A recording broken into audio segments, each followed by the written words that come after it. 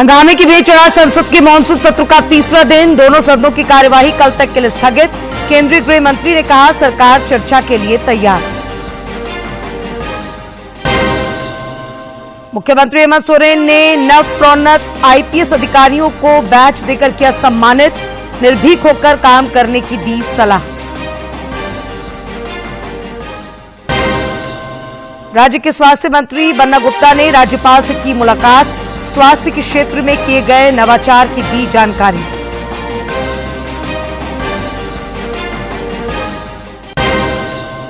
और सावन की तीसरी सोमवारी पर बाबाधाम समेत राज्य भर के शिवालयों में जलाभिषेक के लिए उमड़ी भक्तों की भीड़।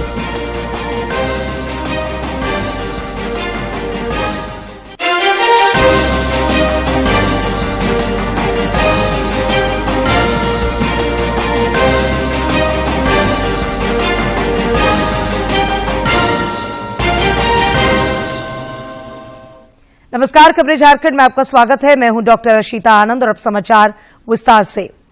राष्ट्रपति द्रौपदी मुर्मू ने आज राष्ट्रपति भवन के सांस्कृतिक केंद्र में राष्ट्रीय भूविज्ञान पुरस्कार 2022 प्रदान किए। ये पुरस्कार भूविज्ञान के क्षेत्र में उत्कृष्टता, समर्पण और नवाचार के प्रदर्शन के लिए दिए जाते हैं। Nitin Narendra Raut, Shri Rakesh Dipankar and Shri Sumit Jaiswal. I invite Dr. Satya Narayan Sethi to receive the award from the Honorable President of India.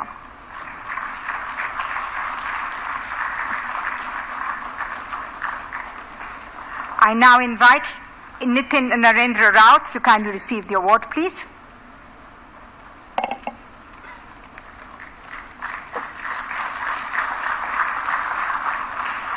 I now invite Shri Rakesh Dipankar to kindly receive the award, please.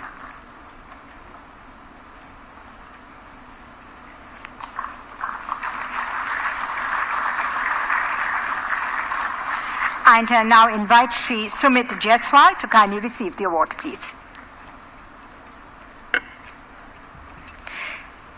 In the field of mineral beneficiation and sustainable mineral development, the award is conferred on Shri Pankaj Kumar Satija from Tata Steel Mining Limited. Under his leadership and guidance for the first mine in the country, the Sustainable Development Framework (SDF) was conducted. ये दोनों पुरस्कार हमारे देश में geo science के अतीत, वर्तमान और भविष्य का प्रतिबिंब है।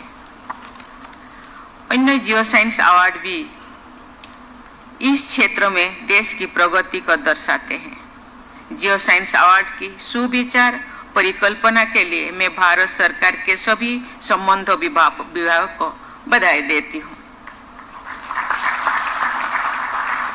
पुरस्कार योजना को सुचारू रूप से आगे बढ़ाने के लिए मैं कोयला एवं खान मंत्री श्री प्रहलाद जोशी जी और उनकी पूरी टीम की सराहना करती हूँ।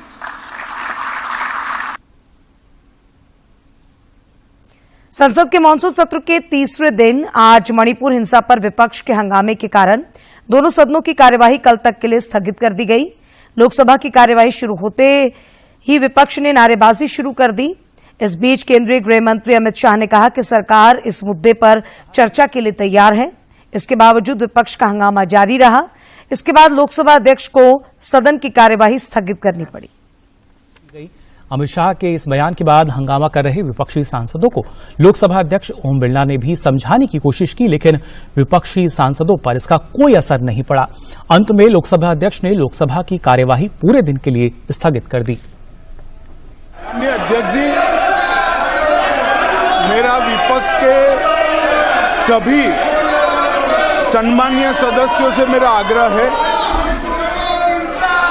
कि एक बहुत संवेदनशील मुद्दे पर काफी सदस्यों ने, सत्ताधारी दल के और विपक्ष के दोनों ओर के सदस्य ने चर्चा की मांग की है। मैं सदन में चर्चा के लिए तैयार हूं। मुझे मालूम नहीं है कि विपक्ष को चर्चा करने देना नहीं चाहता। मेरा विपक्ष के नेता को आग्रह है कि चर्चा होने दे और इस महत्वपूर्ण मसले पर पूरे देश के सामने सच्चाई जाए, बहुत महत्वपूर्ण है। माननीय सदस्यगण, उधर राज्यसभा में भी विपक्ष के हंगामे के कारण कामकाज बाधित हुआ। इस कारण पहले दिन के 12 बजे तक और बाद में दोपहर 2 बजे तक के लिए कार्यवाही स्थगित करनी पड़ी। 2 बजे के बाद कार्यवाही शुरू होने पर फिर से शोरगुल और हंगामा शुरू हो गया। इसके बाद कार्यवाही पूरे दिन के लिए स्थगित कर दी गई। कई बार बाधा आई। ऊपरी सदन राज्यसभा में विपक्ष के हंगामे के चलते सदन की कार्यवाही पहले 12 बजे तक और बाद में दोपहर 2 बजे तक के लिए स्थगित कर दी गई। 2 बजे के बाद भी सदन में विपक्ष का हंगामा जारी रहा, जिसके बाद कार्यवाही को पूरे दिन के लिए स्थगित कर दिया गया। विपक्ष के विरोध के दौरान राज्यसभा सभापति ने आप सांसद संजय सिंह को मानसून सत्र की शेष अवधि के लिए निलंबित कर दिया। विपक्ष के विरोध के दौरान राज्यसभा सभापति ने आप सांसद संजय सिंह को मानसून सत्र की जो शेष अवधि है उसके लिए जिस तरीके से निलंबित यहां किया है, दरअसल लगातार हंगामा किया जा रहा था विपक्ष द्वारा। वहीं राज्यसभा में प्रश्नकाल के दौरान संजय सिंह द्वारा सदन के वेल में आकर नारेबाजी और सभापति के साथ बहस करने के चलते सत्ता पक्ष के नेता सदन पीयूष गोयल ने उनके खिलाफ वर्तमान सत्र से निलंबित करने का प्रस्ताव रखा था, जिसे सभापति ने सदन की अनुमति से संजय सिंह को वर्तमान मानसून सत्र से निलंबित कर दिया है। राज्यसभा सदस्य दीपक प्रकाश ने आज सदन में कृषि एवं कल्याण मंत्रालय से मोटे अनाज के उत्पादन और संवर्धन से संबंधित 4 प्रश्न राज्यसभा में पूछे। श्री प्रकाश के सवालों के जवाब में केंद्रीय कृषि मंत्री नरेंद्र सिंह तोमर ने बताया कि वर्ष 2022-23 के दौरान मिलेट्स का अखिल भारतीय उत्पादन 171.49 लाख टन था। उन्होंने ये भी कहा कि मिलेट्स पारंपरिक रूप से देश के वर्षा सिंचित क्षेत्रों में उगाए जाते हैं और किसान अनुकूल फसलें हैं। झारखंड पुलिस ने 24 नव प्रोन्नत आईपीएस अधिकारियों के लिए आज पिपिंग सेरेमनी का आयोजन किया।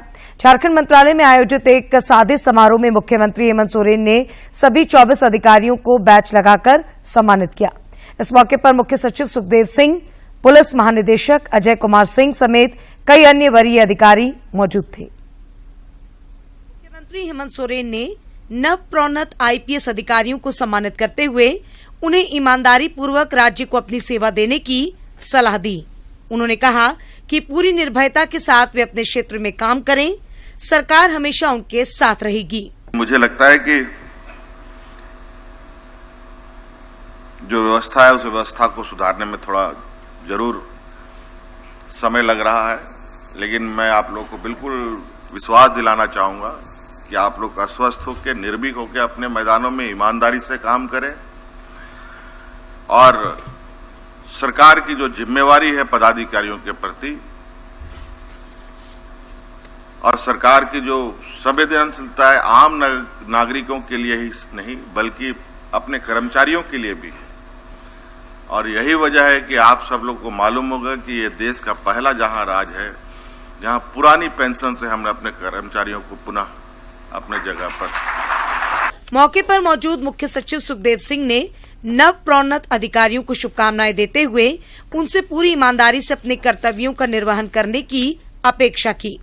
श्री सिंह ने अधिकारियों का एसीआर लिखने में होने वाली त्रुटि का भी जिक्र किया और कहा कि एसीआर लिखने में सकारात्मक दृष्टिकोण रखना चाहिए। तो मैं समझता हूं कि सर्विस के दौरान ही, उस पीरियड के दौरान आपको उसे बुला करके उसकी काउंसलिंग करनी चाहिए, उसको एडवाइजरी दी जानी चाहिए।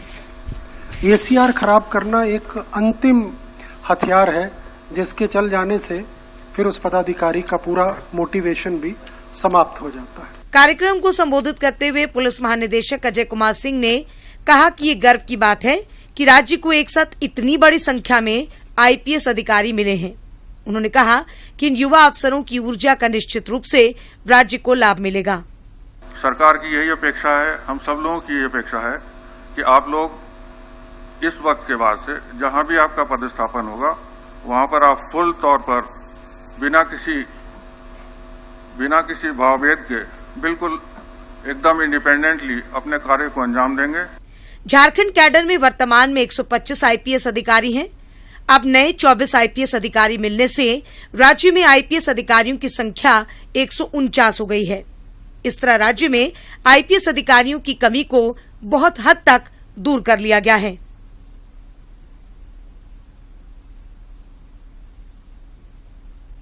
मुख्यमंत्री हेमंत सोरेन ने आज कृषि, पशुपालन एवं सहकारिता विभाग द्वारा संचालित योजनाओं की उच्च स्तरीय समीक्षा की।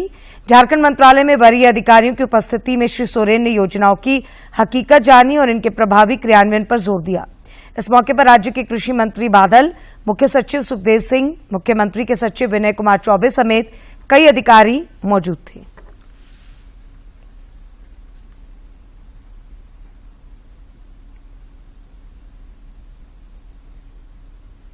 देवघर डीसी मंजुनाथ भजंत्री की याचिका पर आज हाईकोर्ट में सुनवाई हुई। सुनवाई के दौरान अदालत ने देवघर डीसी के खिलाफ पीड़क कार्रवाई पर रोक के आदेश को विस्तार दे दिया। कोर्ट ने मामले की अगली सुनवाई के लिए 16 अगस्त की तारीख तय की है। हाईकोर्ट के न्यायाधीश जस्टिस संजय कुमार द्विवेदी की कोर्ट में देवघर डीसी की ओर से अधिवक्ता इंद्रजीत सिन्हा और अजय शाह ने पक्ष रखा। बता दें कि वर्ष 2022 में फ्लाइट टेक ऑफ करने को लेकर हुए विवाद के बाद सांसद निशिकांत दुबे ने देवघर डीसी के खिलाफ दिल्ली में 0 एफआईआर दर्ज करवाई है, जिसे रद्द करने के लिए देवघर डीसी ने हाईकोर्ट का दरवाजा खटखटाया है। निशिकांत दुबे की ओर से अधिवक्ता प्रशांत पल्लव और पार्थ जलान ने पक्ष रखा। राज्य के स्वास्थ्य मंत्री बन्ना गुप्ता ने आज राजभवन जाकर राज्यपाल सीपी राधाकृष्णन से मुलाकात की। श्री गुप्ता ने इस दौरान राज्यपाल को स्वास्थ्य विभाग की गतिविधियों और भावी योजनाओं की जानकारी दी। उन्होंने कहा कि मुख्यमंत्री हेमंत सोरेन के निर्देश पर स्वास्थ्य विभाग सीमित संसाधनों के बीच इनोवेटिव आइडिया के साथ सुदूर ग्रामीण क्षेत्रों में अंतिम व्यक्ति तक स्वास्थ्य का लाभ दे रहा है। राज्यपाल सीपी राधाकृष्णन से आज ब्रिगेडियर अश्विनी नायर और कर्नल एके सिंह ने राजभवन में मुलाकात की। राजभवन सूत्रों ने इस मुलाकात को शिष्टाचार मुलाकात बताया है। पश्चिमी सिंहभूम जिले के नक्सल प्रभावित तुम्बा हाकत में आज नक्सलियों द्वारा लगाए गए आईईडी में विस्फोट हुआ। इस विस्फोट की चपेट में आने से सीआरपीएफ का एक जवान घायल हो गया। ये घटना कोल्हान जंगल क्षेत्र में चल रही एंटी नक्सल अभियान के दौरान हुई।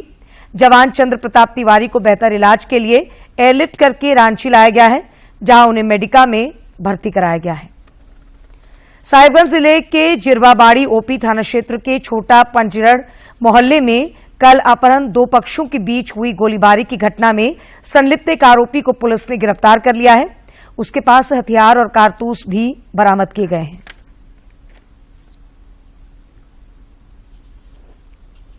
में 2 पक्षों के बीच विवाद हो रहा है। सूचना पर त्वरित कार्रवाई करते हुए थाना प्रभारी प्रस्थान किए और विवाद के 2 पक्षों के बीच जो हो रही थी उसमें संलिप्त एक व्यक्ति को पकड़ा गया, जिसके पास से यह अवैध हथियार मिला है, जिसका नाम विशाल कुमार राय है। दोनों पक्षों के बीच जो मारपीट हुई है उसके लिए अलग अलग प्राथमिकी दर्ज कर कार्रवाई की जा रही है। इसमें शेष अभियुक्तों की भी गिरफ्तारी की जाएगी। पलामू जिले के हरिहरगंज थाना क्षेत्र के हरहरुआ खुर्द में घरेलू गैस सिलेंडर फटने से 10 लोग झुलस गए हैं। सभी घायलों को जिला मुख्यालय मेदिनी नगर स्थित एमएमसीएच अस्पताल में भर्ती कराया गया है। जानकारी के मुताबिक खाना बनाने के दौरान गैस फटने से घर में आग लग गई और 2 लोग अंदर फंस गए। उन्हें बचाने के दौरान अन्य ग्रामीण भी झुलस गए। हजारीबाग जिले में सड़क सुरक्षा समिति की मासिक बैठक उपायुक्त नैन्सी सहाय की अध्यक्षता में संपन्न हुई। बैठक के दौरान सड़क दुर्घटनाओं में कमी लाने और सड़क सुरक्षा मानकों के पालन के लिए समिति में शामिल विभिन्न विभागों के द्वारा उठाए गए कदमों की समीक्षा की गई। स्वास्थ्य विभाग की ओर से संचालित 108 एम्बुलेंस की सेवा को तत्पर एवं सुलभ बनाने सहित रिस्पांस टाइम को न्यूनतम स्तर पर लाने का निर्देश उपायुक्त ने दिया। वर्ष 2020-21 में 6ठी कक्षा में नामांकन के लिए 3 बच्चों की आयु सीमा को मेडिकल बोर्ड द्वारा गलत बताते हुए नामांकन रद्द किए जाने के खिलाफ दाखिल याचिका पर आज झारखंड हाईकोर्ट में सुनवाई हुई। न्यायमूर्ति रंगन मुखोपाध्याय की अदालत ने मेडिकल बोर्ड द्वारा इन बच्चों की आयु सीमा ज्यादा बताकर नामांकन रद्द करने के आदेश को खारिज कर दिया। अदालत ने नेत्राहाट विद्यालय में इन 3 बच्चों का एडमिशन 7वीं कक्षा में लेने का निर्देश दिया। आज सावन की तीसरी सोमवारी है। इसे लेकर देवघर समेत राज्य के विभिन्न शिवालयों में जलाभिषेक के लिए भक्तों की भारी भीड़ देखी जा रही है। बैजनाथ धाम में देर रात से ही कांवरियों की लंबी कतार देखने को मिली। कांवरियों के जत्थों से पूरा इलाका केसरियामय हो गया। प्रशासन की ओर से कांवरियों के लिए सुलभ जलाभिषेक कराने के लिए कई कदम भी उठाए गए हैं। मंदिर के पुरोहित दुर्गा प्रसाद पंडित कहते हैं कि सावन में भगवान शिव पर जलार्पण का विशेष फल मिलता है। कहते हैं नर सेवा ही नारायण सेवा है। सावन का पावन महीना चल रहा है और लोग अपने अपने स्तर से कांवरियों की सेवा में लगे हुए हैं। देवघर में किन्नर समाज की रोज मौसी और उनकी पूरी टीम लगातार कांवरियों की सेवा कर रही है। आज भी थके हारे कांवरियों के बीच इस टीम ने फलों का वितरण कर अपनी सेवा भाव का परिचय दिया। किन्नर समाज की मुखिया रोज मौसी कहती हैं कि कांवरियों की सेवा कर उन्हें काफी प्रसन्नता मिलती है।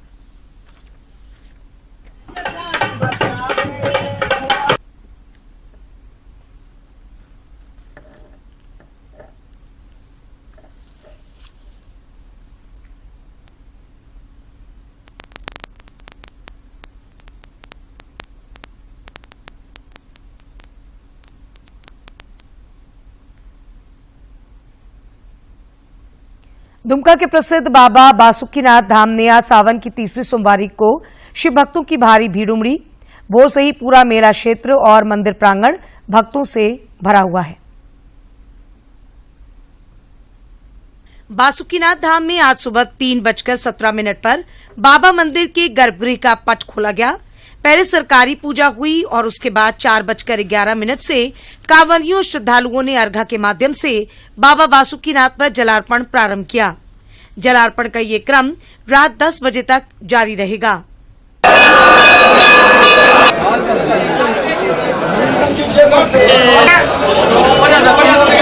आज मलमास की पहली सोमवारी भी है। मलमास को पुरुषोत्तम मास कहा जाता है। हालांकि प्रत्येक 3 वर्ष पर एक बार आता है, किंतु श्रावण माह में मलमास का ये संयोग 19 साल के बाद आया है। पुरोहितों के अनुसार शिव भक्तों के लिए भक्ति का ये विशेष माह होता है। तो मलेमास का प्रथम सोमवारी है। अपना अपना सोमवारी का एक अपना ही अलग अलग महत्व रहता है, लेकिन मलेमास के सोमवारी का एक अपना अलग महत्व है। चूँकि मलेमास जिसको पुरुषोत्तम मास कहते हैं, ये 3 वर्ष में एक बार आता है। बहरहाल अधिमास के कारण इस बार सावन 2 महीने का है और हर रोज हजारों कांवरियां और शिव भक्त बाबा बासुकीनाथ धाम पहुंच रहे हैं। दुमका से आर.के. नीरद की रिपोर्ट। पवित्र सावन महीने की तीसरी सोमवारी को बाबा आमरेश्वर धाम पर भोलेनाथ का जलाभिषेक करने के लिए श्रद्धालुओं की भारी भीड़ उमड़ पड़ी। तड़के 3:30 बजे जैसे ही बाबा मंदिर सहित अन्य मंदिरों के पट खुले, पूरा क्षेत्र बोल बम और हर हर महादेव के नारों से गूंजायमान हो गया। जलाभिषेक और पूजा अर्चना के लिए महिला पुरुष से लेकर बच्चे तक घंटों कतार में इंतजार करते रहे। पूजा अर्चना के बाद लोगों ने श्रावणी मेले का आनंद लिया और खरीदारी भी की। मंदिर और मेला परिसर में शांति व्यवस्था बनाए रखने के लिए दंडाधिकारियों के साथ पर्याप्त संख्या में पुरुष और महिला पुलिस बल की प्रतिनियुक्ति की गई है।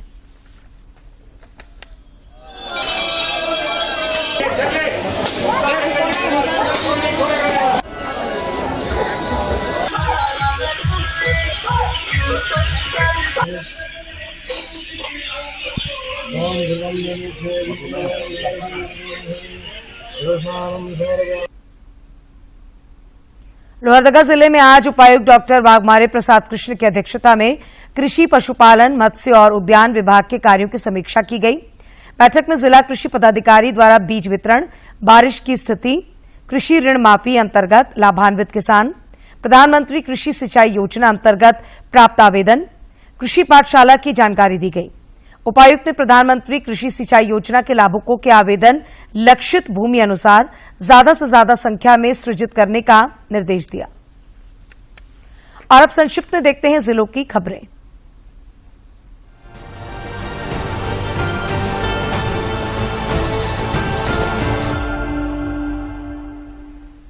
रांची सीबीआई कोर्ट के विशेष न्यायाधीश पीके शर्मा की अदालत में आज तारा शाहदेव से जुड़े केस की सुनवाई हुई। सुनवाई के दौरान बचाव पक्ष की ओर से बहस करने के लिए समय देने की मांग की गई। इस पर कोर्ट ने दोनों आरोपियों को बहस के लिए 1 अगस्त तक का समय दिया है। कोर्ट ने आरोपियों को 1 सप्ताह में बहस पूरी कर लेने का निर्देश दिया है। इस केस में सीबीआई की ओर से बहस पूरी कर ली गई है। बोकारो जिले में सावित्रीबाई फूले किशोरी समृद्धि योजना के प्रभावी क्रियान्वयन के लिए कई कदम उठाए जा रहे हैं। इस सिलसिले में आज जिले के उपायुक्त ने समाहरणालय परिसर से जन जागरूकता रथ को हरी झंडी दिखाकर रवाना किया।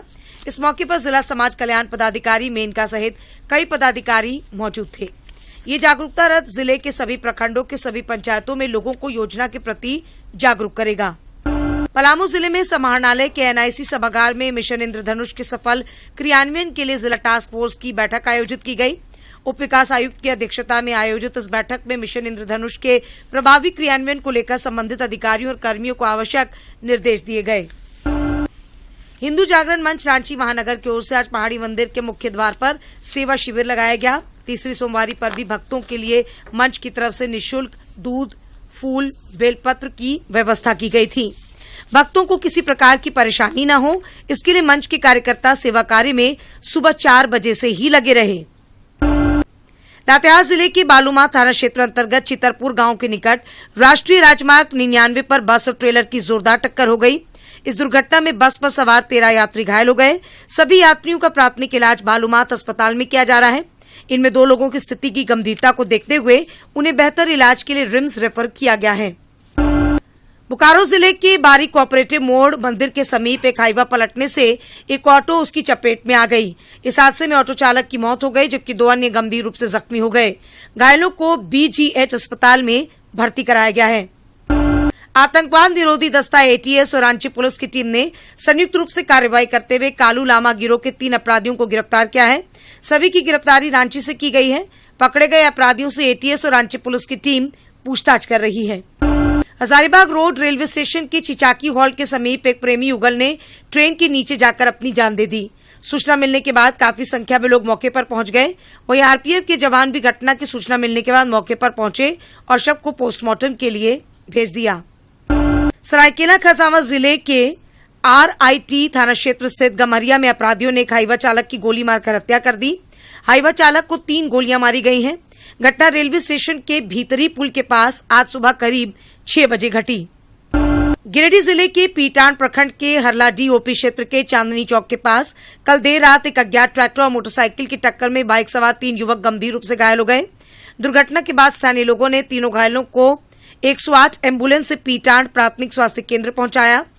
प्राथमिक उपचार के बाद बेहतर इलाज के लिए घायलों को गिरिडीह सदर अस्पताल भेज दिया गया है।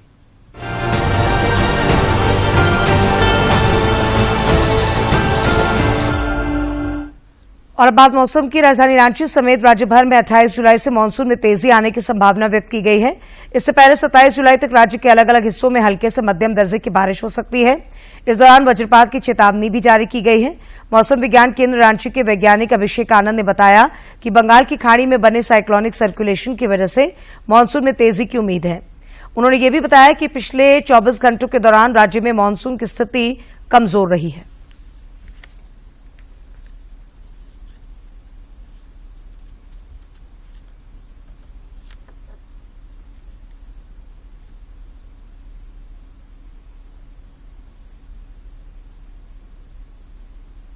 झारखंड में कुछ स्थानों पर हल्के से मध्यम दर्जे की बारिश हुई है और सबसे जो अधिक बारिश है वो 36 मिलीमीटर बोकारो में रिकॉर्ड की गई है और सबसे अधिक उच्चतम तापमान 36.2 डिग्री सेल्सियस गोड्डा में रिकॉर्ड किया गया है। जो पिछले 24 घंटों में तो मानसून की गतिविधि है राज्य में थोड़ी कमजोर देखने को मिली है। और अगर बात करें तो मानसूनी जो फीचर्स हैं उनकी क्या स्थिति रही, तो मानसून ट्रफ है वो झारखंड के दक्षिण से होकर गुजर रहा है। तो ये अभी अगर बात किया जाए तो उड़ीसा से नीचे गुजर रहा है अभी झारखंड के दक्षिणी से। और अगर बात किया जाए तो एक साइक्लोनिक सर्कुलेशन है जो कि पश्चिम मध्य और उत्तर पश्चिम बंगाल की खाड़ी में बना हुआ है और उसके कारण से इसी एरिया में 25 तारीख में एक लो प्रेशर बनेगा जिसके और इंटेंसिफाई होने की संभावना जताई जा रही है। और बात किया जाए तो अगले आने वाले 5 दिन में झारखंड में मौसम कैसा रहेगा, तो 24, 25, 26, 27 ये 4 दिन झारखंड में आपको कुछ कुछ जगह पर हल्के से मध्यम दर्जे की बारिश देखने को मिलेगी और 28 तारीखों में झारखंड में आपको कई स्थानों पर हल्के से मध्यम दर्जे की बारिश देखने को मिल सकती है। और अब एक नजर डालते हैं प्रमुख शहरों के आज के तापमान पर।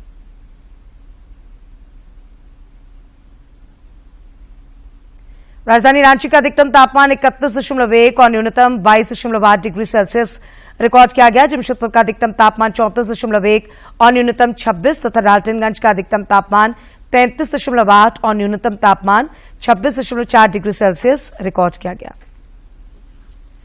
प्रधानमंत्री नरेंद्र मोदी 30 जुलाई को मन की बात कार्यक्रम के जरिए देशवासियों के साथ अपने विचार साझा करेंगे। प्रधानमंत्री ने इस कार्यक्रम के लिए लोगों से अपने सुझाव देने का आग्रह किया है।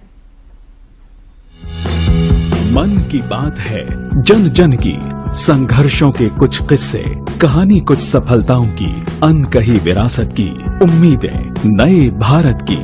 महीने के आखिरी रविवार का रहता है इंतजार। ब्रह्मपुत्र के घाट से हिमालय के विस्तार तक होती है मन की बात प्रधानमंत्री के साथ। तो सुनिए इस महीने 30 जुलाई सुबह 11 बजे मन की बात आकाशवाणी और दूरदर्शन के सभी चैनलों पर। आप भी माननीय प्रधानमंत्री के मन की बात का हिस्सा बन सकते हैं। इसके लिए आप अपने सुझाव post box number 111 Akashvani Delhi पर भेज सकते हैं। नमो ऐप या माई गॉव के ओपन फोरम में पोस्ट कर सकते हैं। तो याद रखें, रविवार 30 जुलाई सुबह 11 बजे मन की बात। हजारीबाग जिले में महिला बाल विकास एवं सामाजिक सुरक्षा विभाग द्वारा दिव्यांगजनों के लिए चलन न्यायालय सह जागरूकता शिविर का आयोजन किया गया। राज्य निःशक्तता आयुक्त डॉक्टर भुवनेश प्रताप सिंह की अध्यक्षता में आयोजित इस शिविर में उपायुक्त नैन्सी सहाय, डीडीसी प्रेरणा दीक्षित सहित भारतीय प्रशासनिक सेवा के परीक्षमान आईएएस अधिकारी मुख्य रूप से मौजूद रहे। जिले के दिव्यांगजनों की समस्याओं की सुनवाई तथा समाधान के लिए चलन न्यायालय कार्यक्रम के माध्यम से बड़ी संख्या में दिव्यांगजनों को योजना का लाभ दिया गया।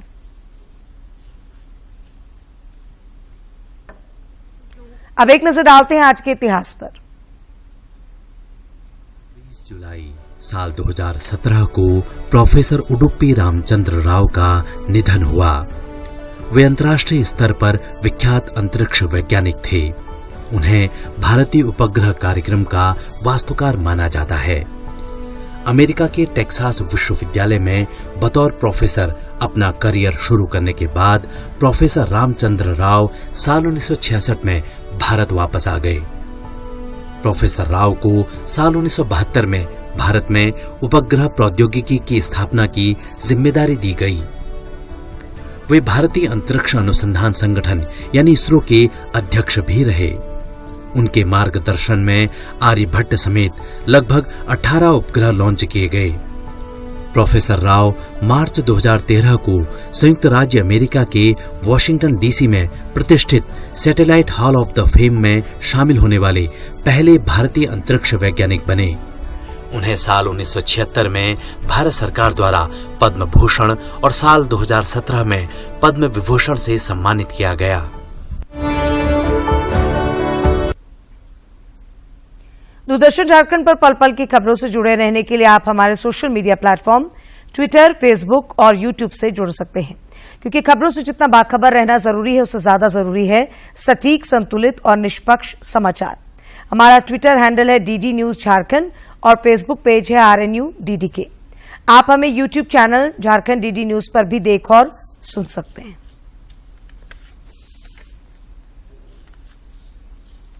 और अंत में मुख्य समाचार एक बार फिर।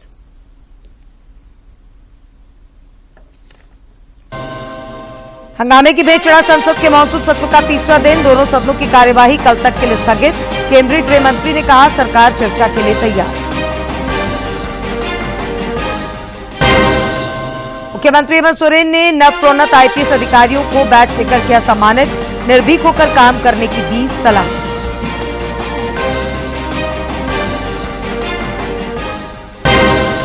राज्य के स्वास्थ्य मंत्री बन्ना गुप्ता ने राज्यपाल से की मुलाकात। स्वास्थ्य क्षेत्र में किए गए नवाचार की दी जानकारी।